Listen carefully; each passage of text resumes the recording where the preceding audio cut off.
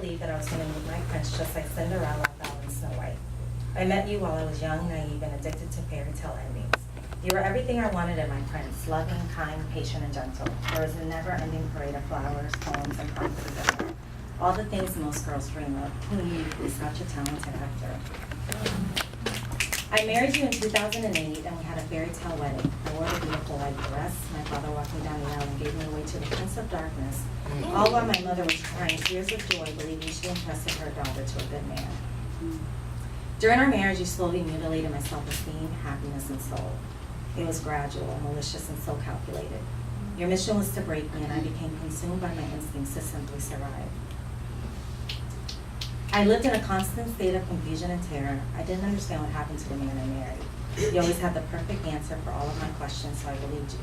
I never doubted you because I was convinced you were incapable of lying. Now I understand that what you were incapable of is telling the truth. The longer I remained married to you, the more I lost myself. I was no longer Angela Paredes. I'd become your personal puppet, simply by being your wife.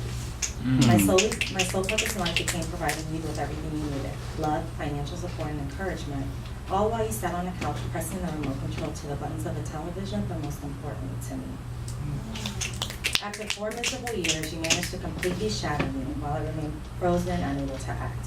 It was impossible for me to divorce you because my religion and promise to God to stand beside you through sickness and health left me gagged and bound.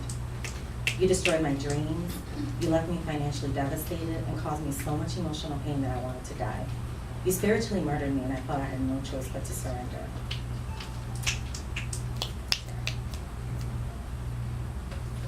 When Angela Cowley died, I was left with an empty soul. The world didn't feel safe anymore, and I felt as though everything I did, such as driving and going to a store, was as if I was doing it for the first time.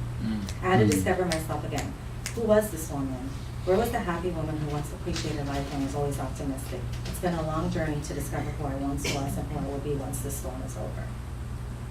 I've always viewed myself as weak and delicate, but now that I've survived the asylum that was marriage to you, I realize I'm so much stronger than I ever thought. They always say hindsight is 20/20, and now that I'm healing and recovering from being your wife, I realize the true meaning of these words.